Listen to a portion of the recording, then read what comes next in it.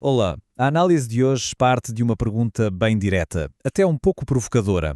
Será que as redes sociais podem ser consideradas armas? Essa questão é o ponto de partida de uma série de artigos de Eden Valadares, que propõe um olhar bastante crítico sobre o papel das plataformas digitais no nosso mundo. E a pergunta que guia toda a argumentação é essa aí: as redes sociais são armas? Claro, o autor não está falando no sentido literal da palavra. É mais uma metáfora poderosa para a gente explorar como essas plataformas estariam sendo usadas para influenciar a política e a sociedade em uma escala global. Então, para começar, vamos ver o primeiro ponto da análise, que foca em como as redes sociais poderiam ser uma ameaça direta aos processos democráticos. Aqui a gente tem um contraste de narrativas bem claro. De um lado, aquela visão mais comum na imprensa que muitas vezes olha para protestos pelo mundo e os descreve como movimentos espontâneos da geração Z.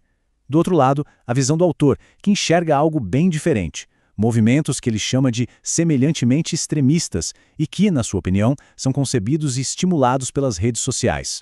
E para sustentar esse ponto, o autor traça um padrão, ligando eventos que, à primeira vista, parecem bem distantes.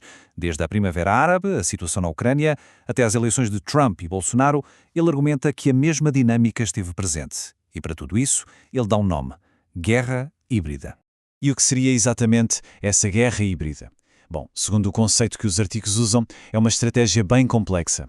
Ela mistura táticas militares, tradicionais e não tradicionais, com a ciberguerra e ainda usa ferramentas como notícias falsas e intervenção eleitoral para tentar influenciar resultados políticos. Mas a ameaça, segundo o argumento, não pararia na democracia interna.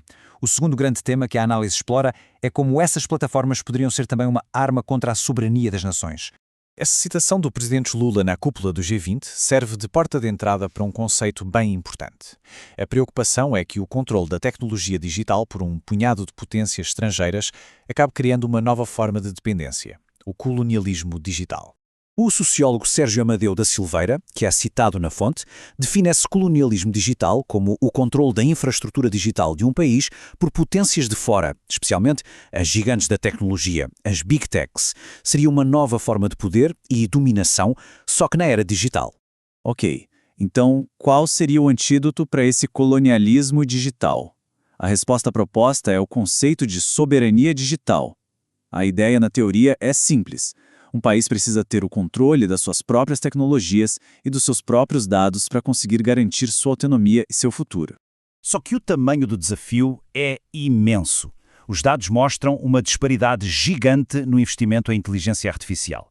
Enquanto Estados Unidos e China investem centenas de bilhões em um único ano, o plano do Brasil prevê 23 bilhões ao longo de 4 anos. Essa diferença, argumenta o autor, torna a busca pela soberania digital uma batalha bem desigual.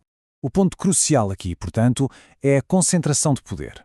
Um grupo muito pequeno de empresas, a maioria americanas e algumas chinesas, acaba funcionando como um funil para o fluxo global de informação, controlando o que bilhões de pessoas veem todos os dias. Certo, mas e o cidadão comum nessa história toda? A terceira parte da análise foca justamente no impacto dessas dinâmicas nos direitos e na autonomia de cada indivíduo. A análise aponta para o próprio modelo de negócio como a raiz do problema, descrevendo-o como predatório por essência.